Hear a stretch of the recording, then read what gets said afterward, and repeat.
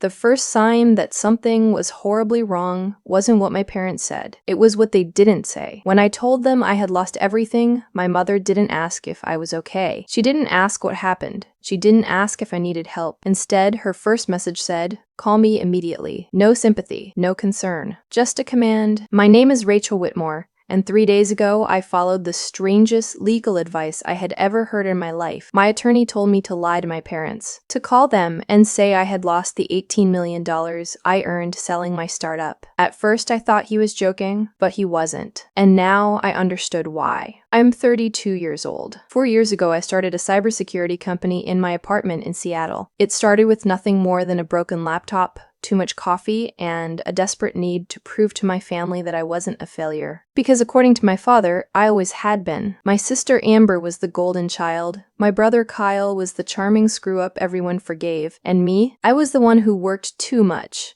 and took life too seriously. So when my company sold for $18 million earlier this year, I thought things might finally change. I thought my parents would finally see me differently. I was wrong. Because the first thing my father asked after hearing about the sale was this: how much of that money belongs to the family? That should have been my first warning, but it wasn't. The real warning came 2 weeks later when my lawyer called me into his office. Daniel Harper had been handling the legal side of the company sale. He was calm, methodical, and about 10 steps ahead of everyone else in the room. And that day, he looked concerned. "Rachel," he said, sliding a folder across the desk, "there's something you should know about your grandmother's trust." I blinked. My grandmother's what? Trust? My grandmother didn't have a trust. Daniel looked at me carefully. Yes, she did. That was the moment my life started unraveling. Because apparently my grandmother had left behind something worth far more than my startup sale. And my parents had never told me. 2 hours later, Daniel explained everything. My grandmother, Margaret Whitmore, had died 3 years earlier. She had quietly built a family trust worth over $60 million. But here's the part no one told me. I was the primary beneficiary, not my father, not Amber, not Kyle, me. Daniel explained that my grandmother believed giving one person control of the trust would prevent family conflict, and she had chosen me. But there was a problem. My parents were currently the trustees, which meant they controlled the money. And according to the financial records Daniel had reviewed, they had already taken millions from it. "Rachel," he said carefully, "before we move forward legally, I need you to see something." "What?" "Their true intentions." "How?" "By telling them you lost your money." I stared at him. "That's insane." "Is it?" "Yes," he leaned back in his chair. "If your parents believe you're financially secure, they'll continue pretending everything is fine. But if they think you're broke," he paused, "they'll reveal exactly how they see you." So that night, I made the call. I told my parents I had made a terrible investment, that the $18 million from my startup sale was gone. All of it. And that was when the messages started flooding my phone. Not sympathy, not concern, but panic. My brother texted first. Dad's furious. Then my sister. "You seriously lost $18 million? Then my mother. "Come to the house tomorrow. We need to handle this immediately." Handle what? At 3:14 a.m., my cousin Lena sent me a screenshot that made my blood run cold.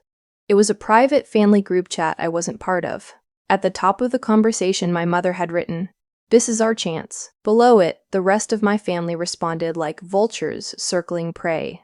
"Uncle Mark, if she's broke, the trust needs protection." "Dad, move the assets before she realizes." "Amber, I told you she'd ruin everything." The words made my hands shake. They weren't worried about me. They were worried about the money. The next morning, I drove to my parents' house. The place where I had grown up suddenly looked unfamiliar, smaller, colder, like a stage set for a play I didn't recognize anymore. Inside, everyone was waiting. My parents, Amber, Kyle. No one smiled. My father slid a thick envelope across the table. "Sign these?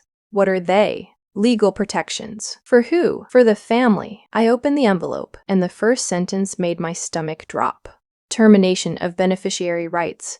They were trying to remove me from my grandmother's trust, because they believed I was broke. Amber laughed as she pulled out her phone. "This is priceless," she said, recording me.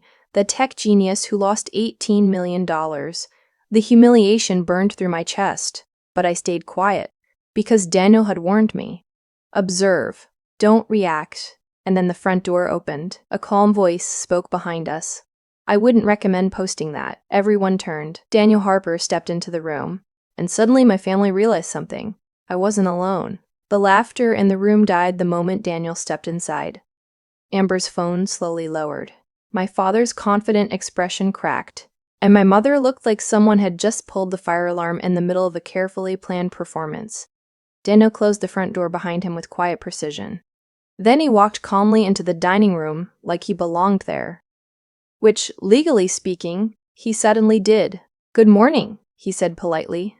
No one answered. Amber broke the silence first. "What is he doing here?" Daniel set his leather briefcase on the dining table beside the envelope my father had given me. "Rachel invited me."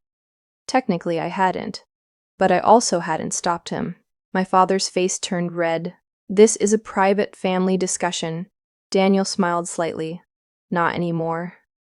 My father slammed his hand on the table. "You don't get to walk into my house and start making demands." Daniel calmly opened his briefcase. "Actually, I don't intend to make demands." He pulled out a thick folder and placed it gently on the table. "I intend to ask questions." No one moved. The room felt suffocatingly quiet. Amber looked between me and Daniel like she was trying to figure out if this was some kind of joke. Kyle stood near the kitchen doorway, arms crossed, watching the entire scene unfold with growing confusion. My mother was the first to recover. "Rachel," she said softly, her voice suddenly sweet in a way that felt completely fake. "We didn't realize you had legal representation." Daniel answered before I could. Most people prefer legal representation when they're about to be removed from a $64 million trust. Amber blinked. "What?" My father's eyes snapped toward him. "Excuse me?" Daniel slid a document across the table. "I believe you were just asking Rachel to sign these." My father grabbed the paper defensively. "That's none of your business." Daniel shrugged lightly. "It became my business when Rachel hired me to review the trust documentation." My mother's face went pale. "You've been reviewing the trust?" "Yes. How long?" Daniel looked at me briefly. "Long enough." Amber scoffed loudly. "Oh, please. This is ridiculous." She gestured toward me. "Rachel literally just told us she lost $18 million. Her eyes glittered with satisfaction. She clearly has no idea how to handle money." Daniel folded his hands calmly. "That's an interesting assumption." Amber rolled her eyes. "It's a fact." My father leaned forward. "Rachel, tell your lawyer to leave." I didn't move. "Rachel," he repeated. My voice came out steady. "No." The single word landed like a brick. My father stared at me like he didn't recognize the person sitting across from him. "Excuse me?" I said no. Amber laughed nervously. "Oh my God, are you seriously doing this right now?" "Yes." My mother stepped closer to the table. "Sweetheart, this is unnecessary." She pointed to the envelope again. "These documents simply protect the trust while you sort out your finances." Daniel raised an eyebrow. "Protect it from who?" My father snapped. "From irresponsible heirs." Daniel slowly turned a page in the folder. "That's interesting." "What is?" Daniel slid another document forward. "Because the clause you're referring to doesn't apply to beneficiaries." My father frowned. "It doesn't?" "No." "Then who does it apply to?" Daniel met his eyes. "Trustees." The silence that followed felt like the air had been sucked out of the room. Amber frowned. "What does that mean?" Daniel tapped the document with one finger. "It means trustees who misuse trust funds can be removed." My mother's voice trembled. "That's not what that clause means." Daniel tilted his head slightly. "Really?" He opened the folder and pulled out several bank statements. "These are financial transfers made from the Whitmore family trust over the last 8 years. Amber leaned forward curiously. "What about them?" Daniel slid the statements across the table. "You might want to take a closer look." My father didn't touch them. But Amber did. Her eyes scanned the first page, then the second, then the third. Slowly, her smug expression disappeared. "Mom?" she whispered. My mother didn't respond. Amber flipped another page. "This says my condo was purchased through the trust." "Yes," Daniel confirmed. Amber looked confused. "You told me Grandma left that to me." My father snapped quickly. She did. Daniel shook his head. No, she didn't. Amber stared at him. What? Your condo was purchased using trust funds under discretionary spending. Amber blinked. What does that mean? It means the trustees approved it. Her gaze slowly shifted toward our parents. Wait, you bought my condo with Grandma's money? My father's voice grew defensive. That's still family money. Daniel calmly turned another page. What about the Aspen property? Kyle frowned. What Aspen property? Amber's head snapped toward our parents. You said that house was an investment. Daniel slid another statement forward. It was registered as a personal vacation property. Amber looked like she had just been slapped. Mom? My mother looked like she might faint. Kyle stepped forward slowly. Hold on. He grabbed the documents and scanned them. This says my business loan came from the trust. He looked up. You told me you paid that personally. No one spoke. The silence answered everything. Daniel leaned back slightly. This is why Rachel hired me. My father glared at him. You're twisting things. Am I? You're presenting normal family support like it's criminal. Daniel calmly opened another section of the folder. These transfers total approximately $11 million. Amber's mouth fell open. 11 million? Kyle whispered under his breath. Holy! My father slammed his hand on the table again. That number is misleading. Daniel nodded slowly. You're right. Everyone looked at him. It's actually closer to 11.3 million. My mother grabbed my arm suddenly. Rachel, please listen to me. Her voice cracked. We were only managing the estate. You were draining it. No. Yes. Amber looked between us in disbelief. So you're telling me Mom and Dad spent $11 million from Grandma's trust? Daniel corrected her. Without authorization. Amber looked like she might scream. This is insane. Kyle rubbed his forehead. No wonder Rachel hired a lawyer. My father turned toward me with burning anger. You manipulated us. How? You lied about losing your money. The room fell quiet again. Because that was the moment everyone remembered the lie that started this. Amber pointed at me. Yeah, you said you lost $18 million. I took a slow breath.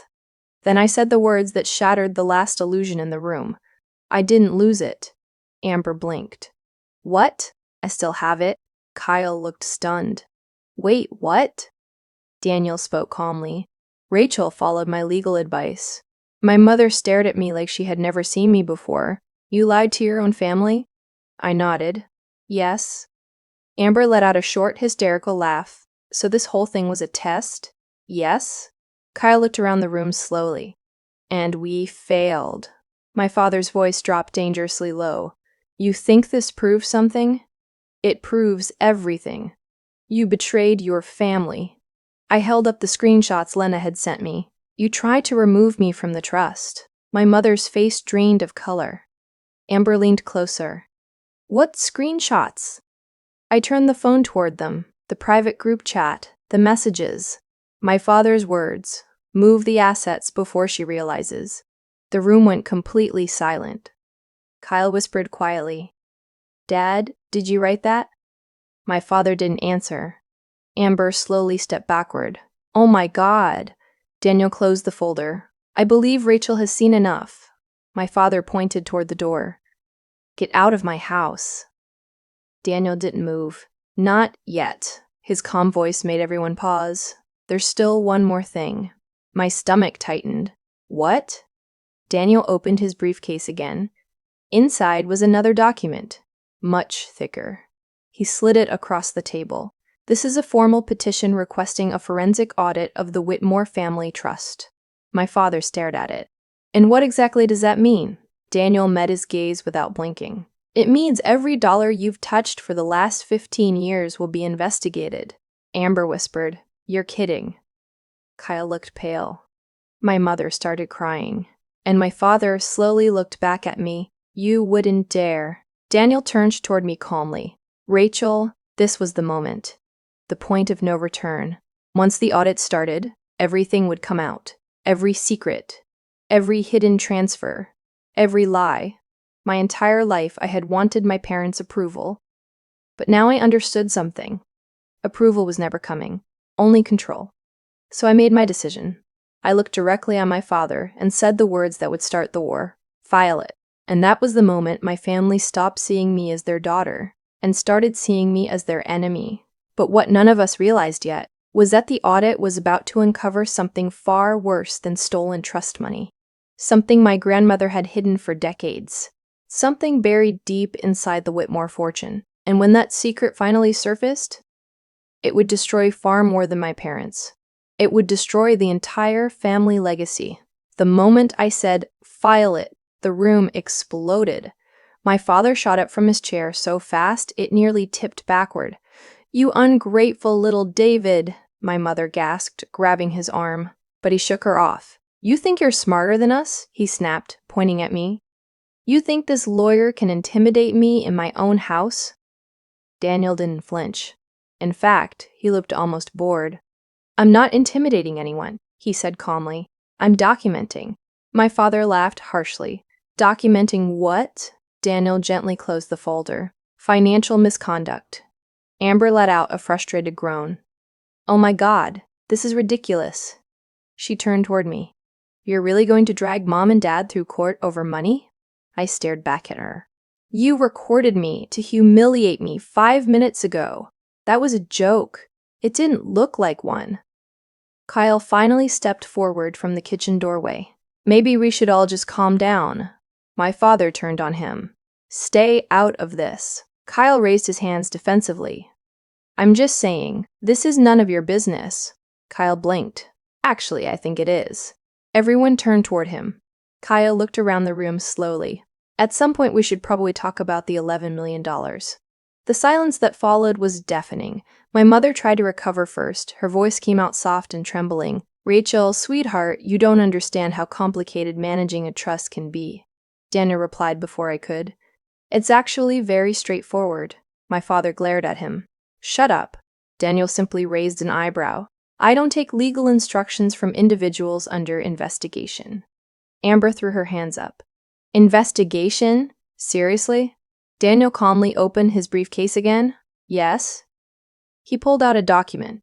"Rachel has formally requested a forensic audit of the Whitmore family trust." Kyle frowned. "What does that mean exactly?" Daniel explained patiently. "It means independent accountants will review every financial transaction connected to the trust." Amber scoffed. "Big deal." Daniel continued, "For the last 15 years. Amber's smirk faded. Kyle slowly leaned back against the wall. 15 years? "Yes." My father's voice grew colder. "You're bluffing." Daniel slid the paperwork across the table. "You're welcome to read it." My father didn't move, because he knew Daniel wasn't bluffing. My mother's eyes filled with tears. "Rachel, please." Her voice cracked. "This will destroy the family."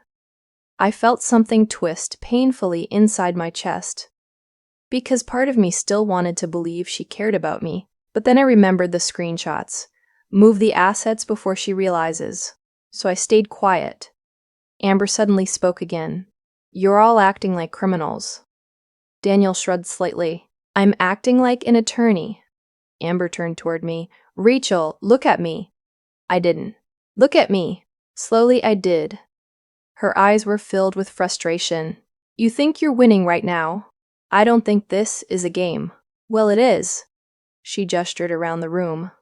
"You just turned our entire family against you." I met her gaze calmly. "You did that yourselves." Kyle rubbed the back of his neck. "Okay, but can someone explain something?" Everyone looked at him. "If Rachel controls the trust eventually," he glanced at Daniel, "why did Mom and Dad try to remove her from it?" The question hung in the air. My father answered immediately. "We were protecting the estate." Daniel shook his head slowly. "No." "What do you mean, no?" "I mean the legal language in those documents says something very different." Amber frowned. "What language?" Daniel flipped open the envelope my father had given me earlier. He pointed to a section halfway down the page. "This clause transfers full trustee authority to the secondary beneficiary." Kyle looked confused. "Who's the secondary beneficiary?" Daniel turned to the page. Amber's name was printed clearly. Amber blinked. Wait, she grabbed the paper. This says I would control the trust? Yes. Amber slowly looked up at our parents. You were giving me control. My father hesitated. Amber's voice rose. You told me Rachel was irresponsible. You believed that. Amber stared at him in disbelief. So the plan was to kick Rachel out and let me run everything? My father snapped. That's not what this was. Amber held up the document. Then what is this? No one answered. Kyle muttered quietly under his breath. This family is unbelievable. Daniel cleared his throat. There's another issue you should all be aware of. My father looked exhausted now. What now? Daniel opened the folder again. The forensic accountants have already begun their preliminary review. Amber frowned. How? You just filed the audit. Daniel nodded. Yes. Then how? Because I anticipated Rachel's decision. My father stared at him. You started the audit already? Yes. And what did you find? Daniel turned a page. A series of unusual transfers. My stomach tightened. Unusual how? Money leaving the trust. Going where? Daniel slid a document across the table. 3 company names were printed at the top. Whitmore Holdings, LLC, Northridge Consulting, Silver Pine Ventures. My pulse quickened. Those are shell companies. Daniel nodded. That appears to be the case. Kyle leaned closer. How much money went through them? Daniel tapped the number. Approximately $11.3 million. Amber let out a long breath. Okay, now I'm actually worried. My father suddenly stood up again. This conversation is over. Daniel looked at him calmly. That's not your decision anymore. You think you're powerful because you have paperwork? No. Then why are you doing this? Daniel glanced at me. Because Rachel asked me to protect her interests. My father pointed toward the door again. Get out. Daniel didn't move. Mr. Whitmore, the audit process begins tomorrow morning.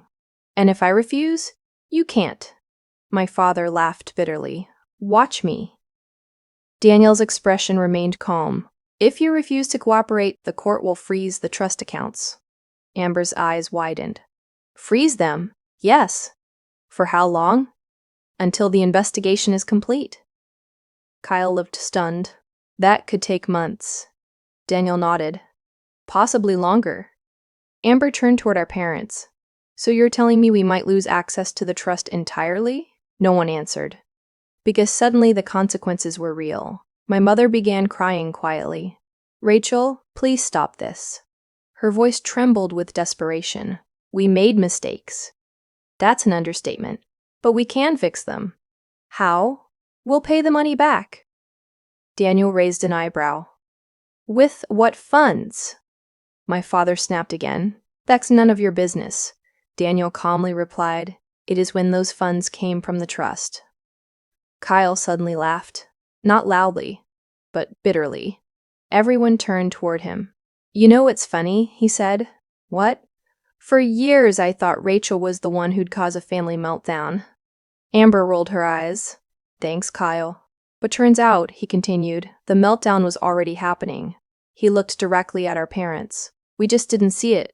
My father looked at me again. His anger had faded into something colder. Do you feel good about this? I didn't answer immediately, because the truth was complicated. Part of me felt vindicated. Part of me felt sick. And part of me felt strangely free. No, I finally said. Then why do it? Because you would have taken everything from me. That's not true. I held up the termination papers. You were about to. My father looked away. And in that moment, I knew something. He didn't regret what he had done. He regretted getting caught. Daniel closed his briefcase. We'll be leaving now. My mother stepped forward. Wait, her voice shook. There's something you should know. Daniel paused. What? My mother hesitated. Then she said something that made my stomach drop. The trust isn't the only thing Margaret left behind. Daniel frowned. What do you mean? My father snapped immediately. Linda. But it was too late. My mother continued. There's another property. My pulse quickened. What property? A private estate. Where? My mother looked at me. In Vermont. Daniel's eyes narrowed. Why wasn't that included in the trust documents? My mother swallowed nervously. Because Margaret kept it separate. How separate? She told us it was worth more than the trust. The room went silent again. Amber whispered, "More than 60 million?" My mother nodded slowly. Kyle looked stunned. "You're kidding." Daniel turned toward me. "Rachel, did you know about this?" I shook my head. "No." My father looked furious now. "You should never have told her." My mother whispered quietly, "She deserves to know." Daniel leaned forward slightly. "Do you have the address?" My mother hesitated. Then she nodded. "Yes, because at that moment none of us realized something important. That hidden estate in Vermont wasn't just a property. It was the key to a secret my grandmother had been protecting for decades. And once we found it, the truth about the Whitmore fortune would finally come out. The car ride away from my parents' house felt surreal. For the first time in my life, I had walked out of that house without trying to fix things, without apologizing, without begging them to understand me. And the silence that followed felt heavier than the confrontation itself. Daniel was driving. I sat in the passenger seat, staring out the window while the city blurred past. Finally, I spoke. "Did you know about the Vermont estate?" Daniel shook his head. "No, but you suspected something, yes?" "What?" "That your grandmother was smarter than the rest of this family?" I let out a tired laugh. "That's one way to put it." Daniel glanced at me. "Rachel, Margaret Whitmore built a $64 million trust. And people who build fortunes like that rarely put everything in one place." My stomach tightened. "You think the estate is bigger than the trust?" "I think we won't know until we see it." 2 days later, we were on a plane. The flight from Chicago to Burlington felt strangely calm, like the eye of a hurricane. My phone had exploded since the confrontation. Calls from my parents, messages from Amber, long emotional texts from my mother begging me to fix this. I ignored all of them. The only message I responded to was from Kyle. "Kyle, did you really mean to start a war?" My reply had been simple. "Me. They started it." He never answered after that. When we landed in Vermont, the air felt completely different. Cooler, cleaner, almost peaceful, which made the tension in my chest feel even sharper. Daniel rented a car. We drove for nearly 2 hours through winding roads lined with pine trees and old stone fences. Finally, we turned onto a long private driveway. And then I saw it. The estate. I stared out the windshield in disbelief. Holy! Daniel slowed the car. Yeah, the house wasn't just a house. It was a massive historic estate sitting on a hill surrounded by acres of forest, white columns, wide wraparound porches, tall windows reflecting the afternoon sun. The kind of place that looked like it belonged in a movie. "This was Grandma's?" I whispered. Daniel nodded slowly. "If the records your mother mentioned are accurate, yes." My pulse quickened. "Why didn't she ever tell me about this?" "Maybe she didn't want the rest of your family to know how valuable it was." We parked near the front entrance. The gravel crunched under our feet as we walked toward the door. Before we could knock, it opened. An older man stood there. Late 60s, gray hair, sharp eyes. He studied me carefully. "You must be Rachel." I blinked. "You know who I am?" "Yes. How?" He smiled slightly. "Margaret told me you'd come someday." Daniel glanced at me. "You expected us?" The man nodded. "My name is Thomas Bennett." "Caretaker?" "Yes." I stared at him. "You been maintaining this place?" "For 20 years." My mind spun. 20 years? Yes. "And my parents never mentioned you?" Thomas chuckled quietly. "Your grandmother didn't trust them with this property." That answer told me everything. Inside, the estate was even more impressive. High ceilings, dark wooden floors, massive fireplaces. Every room filled with antique furniture and paintings. It felt less like a house and more like a preserved piece of history. Daniel looked around slowly. "This place alone could be worth 40 million, Thomas finished.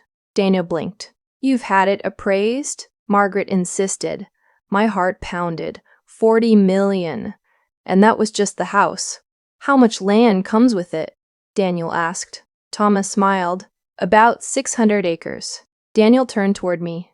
Rachel, your grandmother was sitting on a fortune. We followed Thomas through the house. Every room felt like stepping into my grandmother's life. Old photographs, bookshelves filled with journals, portraits of family members going back generations.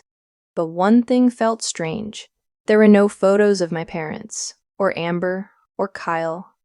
Only me. My grandmother had kept pictures of me everywhere. Birthday photos, graduation pictures, even a framed photo for my college debate team. My throat tightened. She really loved you, Thomas said quietly. I nodded slowly. I wish I had visited her more. Thomas shook his head. She knew you were building your own life. Eventually, we reached a heavy wooden door at the back of the house. Thomas stopped. This is why Margaret wanted you to come here. Daniel raised an eyebrow. What's inside? Thomas pulled a key from his pocket. A room she called the vault. My stomach tightened. The vault? Thomas unlocked the door. The hinges creaked as it opened. Inside was a small study, but the far wall held something unusual. A massive steel safe built directly into the stone wall. Daniel stepped closer. That's not decorative. No, Thomas said. It's not. I looked at him. Grandma put that in? Yes. When? About 15 years ago. 15 years. The same time the trust was created. Daniel turned toward me slowly. I think your grandmother expected trouble. Thomas handed me a small velvet envelope. Margaret said this belonged to you. My hands shook as I opened it. Inside was a letter, written in my grandmother's familiar handwriting. Rachel, if you are reading this, it means the truth has finally come out. My chest tightened. Daniel stepped back quietly, giving me space. I continued reading. Your parents believe the Whitmore fortune belongs to them. They are wrong. Everything I built was meant for the one person in this family who earned it. My vision blurred. I swallowed hard and kept reading. You. Daniel leaned closer. What does it say? I read the next line aloud. My parents were never meant to control the trust. Daniel frowned. What? I kept reading. They were only temporary trustees. Their job was to manage the assets until you were ready. My heart pounded. But they tried to remove me. Daniel nodded slowly, which means they violated the terms. I turned the page. The final paragraph made my breath catch. Inside the safe are the documents that prove everything. The truth about the Whitmore fortune, and the secret your parents hoped you would never discover. Daniel stepped closer to the safe. Well, he said quietly, I think we should open it. The safe required 2 keys. One was inside the envelope. The other hung on a chain around Thomas's neck. My instructions were clear, Thomas said. Only Rachel could open it. My hands trembled as I inserted the key. Thomas inserted the second. The lock clicked. Slow, heavy, the safe door creaked open. Inside were dozens of folders. Legal documents, property deeds, bank records, and one thick sealed file labeled W.H. Moore Family Trust. Original terms. Daniel pulled it out carefully. This is the original trust agreement. My pulse raced. Open it. Daniel flipped through the pages. His expression slowly changed. What? I asked. Rachel, what? This trust was never supposed to be worth $64 million. My stomach dropped. How much was it supposed to be? Daniel looked up at me. Over $200 million. The room went completely silent. Thomas didn't look surprised, but I felt like the floor had disappeared beneath me. $200 million. Which meant something terrifying. My parents hadn't just stolen $11 million. They had been hiding over $100 million from the trust. Daniel looked at me gravely. Rachel, what? This audit is about to get a lot bigger. And suddenly I understood why my grandmother had hidden this estate, why she had written that letter, why she had warned me. Because the secret buried in that safe was about to destroy the Whitmore family forever. For a long moment, none of us spoke. $200 million. The number hung in the air like a thunderclap that hadn't finished echoing. I stared at Daniel. You're sure? He flipped back through the pages slowly. Every page was stamped and notarized. Every signature verified. This isn't a draft, he said quietly. This is the original trust agreement your grandmother filed. Thomas leaned against the desk calmly. She always said the family fortune was bigger than people realized. Daniel turned another page, and she was right. My pulse pounded. If the trust was supposed to be worth $200 million, Daniel finished the thought. Then about $136 million is missing. The room went completely still. I felt lightheaded. That's impossible. Daniel shook his head. No, it can't be. Rachel, he said carefully, we already confirmed your parents moved $11 million through shell companies. Yes. This suggests they may have been hiding far more. Thomas sighed quietly. Margaret suspected something like this. I looked at him. She knew? Yes. How long? Years. Daniel looked up from the documents. Did she ever confront them? Thomas shook his head. No. Why not? Because she was waiting. For what? Thomas looked at me. For you. We spent the next 4 hours going through the contents of the safe. Every file revealed something new. Bank statements, investment accounts, property holdings, companies I had never heard of. Daniel organized the documents into piles across the desk. This one is legitimate. Another pile. This one, suspicious. Another. This one is very suspicious. I rubbed my temples. How did they hide this much money? Daniel answered simply, time. He pointed at one folder. These shell companies started appearing about 12 years ago. 12? That's when the trust account started shrinking. I remembered something. 12 years ago is when Amber started getting expensive gifts. Daniel looked at me. What kind of gifts? Her first condo. He nodded slowly. That matches the records. Thomas folded his arms. Margaret used to say money doesn't corrupt people. What does it do then? I asked. It reveals them. Eventually, Daniel found a document that made him stop completely. He stared at it for nearly 30 seconds. Rachel. My stomach tightened. What? You should see this. I walked around the desk. What is it? Daniel pointed to the account name. Whitmore Holdings International. Remember that company we saw in the audit documents? He asked. Yes. Well, this account holds something interesting. How much? Daniel turned the screen toward me. My heart nearly stopped. $82,000, $82 million. Is that part of the trust? I asked. Daniel shook his head slowly. No. Then whose account is it? He pointed to the owner name. My father. The anger that hit me felt like a physical blow. $82 million. Hidden in a private offshore account. While my parents were trying to convince me I was irresponsible with money, they stole it, I whispered. Daniel nodded. It certainly looks that way. Thomas sighed. Margaret suspected they were moving assets offshore. I clenched my fists. But 82 million? Daniel flipped to another page. And that's not all. What do you mean? There are 2 additional accounts. My pulse raced. How much? He turned the pages slowly. One account showed $21 million. The other showed $17 million. I felt dizzy. That's $120 million total. Daniel finished, which meant the math suddenly made sense. The missing money, the shell companies, the trust shrinkage. My parents hadn't just mismanaged the estate, they had looted it. Daniel leaned back in his chair. Rachel, this changes everything. How? This isn't a trust violation anymore. What is it? Financial fraud. My chest tightened. What happens now? Daniel looked at the stacks of documents. If these records hold up in court, yes? Your parents could face criminal charges. The word hit me harder than I expected. Criminal. My parents, my family. Even after everything they had done, hearing that felt surreal. Thomas spoke quietly. Margaret knew this might happen. How? I asked. Thomas walked to a bookshelf and pulled down an old leather journal. She left notes. I opened it carefully. Inside were pages of handwritten observations, dates, transactions, suspicions. My grandmother had been quietly tracking the trust for years. The last entry stopped my breath. If Rachel ever finds this, it means David and Linda finally showed their true intentions. Daniel read over my shoulder. She knew they would betray you. I turned the page. There was one final note. The estate in Vermont is Rachel's true inheritance. I frowned. What does that mean? Daniel looked thoughtful. I think your grandmother separated her real assets from the trust. Why? So your parents couldn't touch them. Later that evening, Daniel and I sat on the porch overlooking the forest.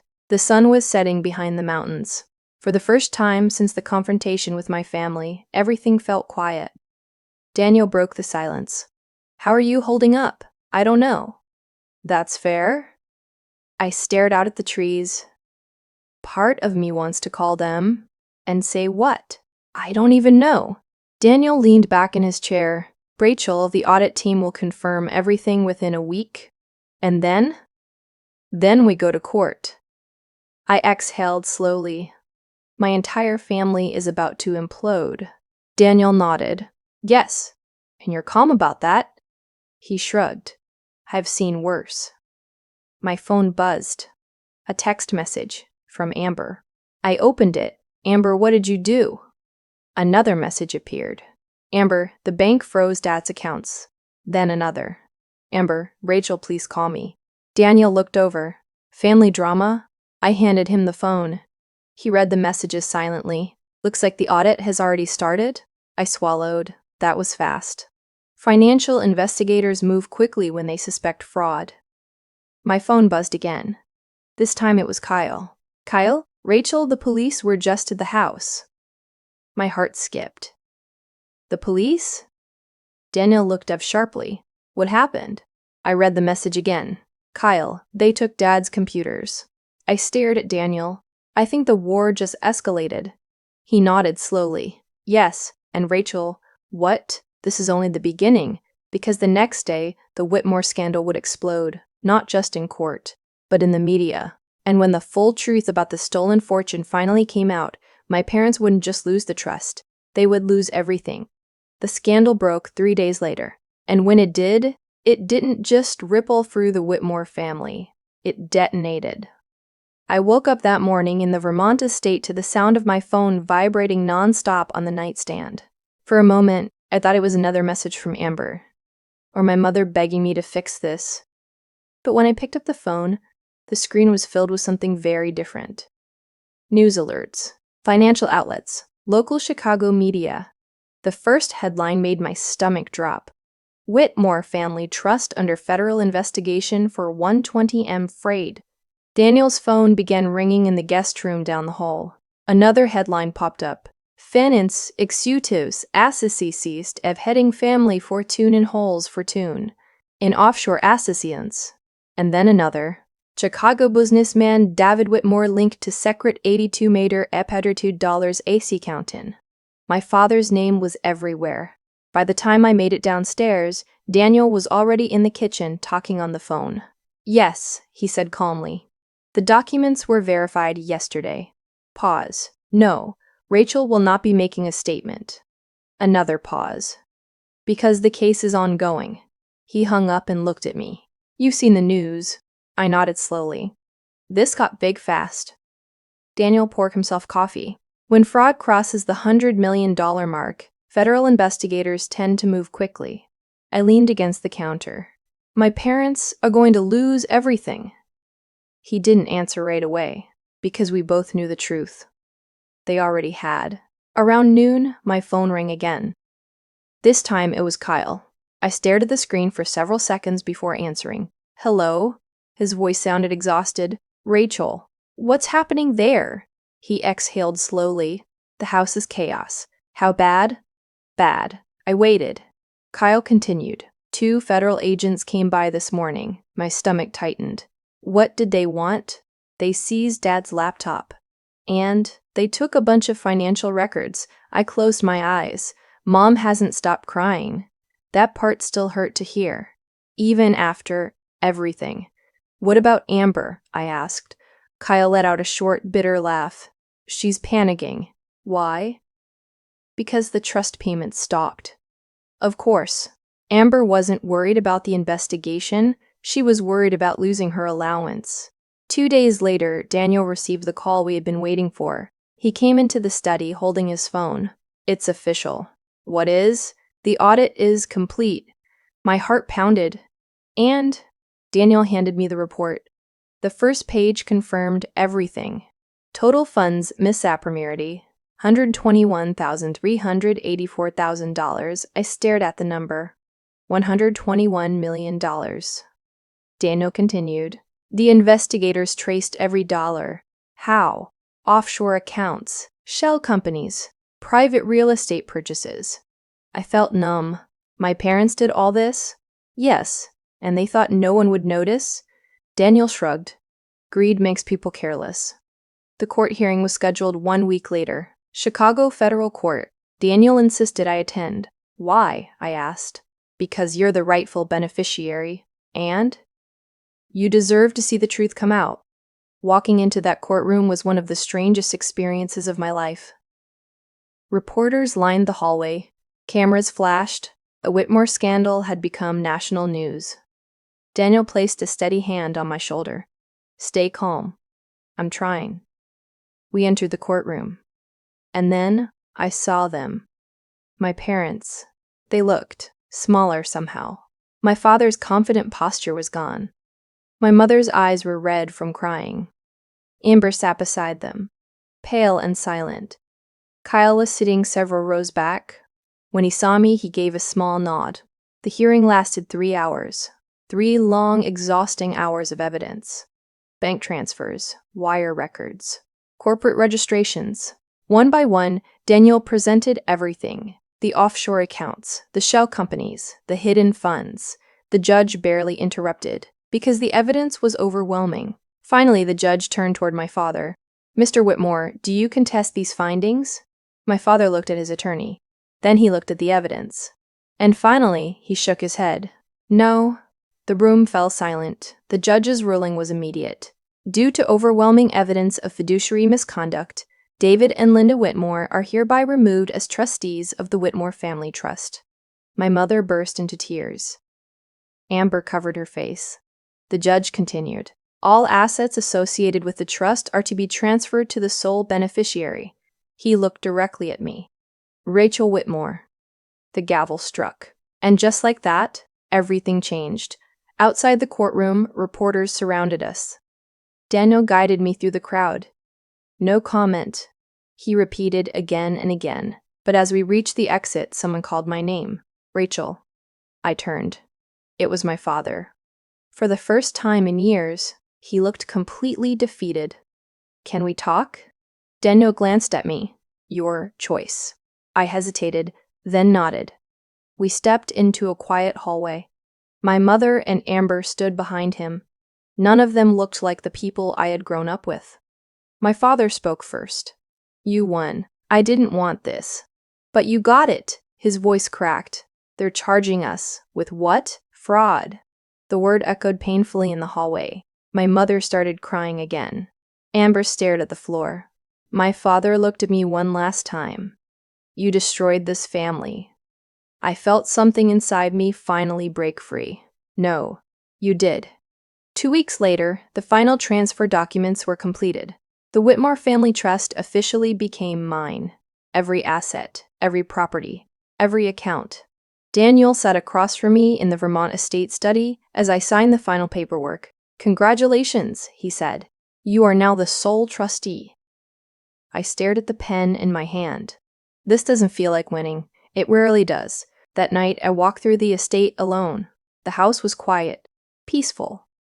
For the first time in weeks, my mind finally slowed down. Eventually, I found myself back in the study.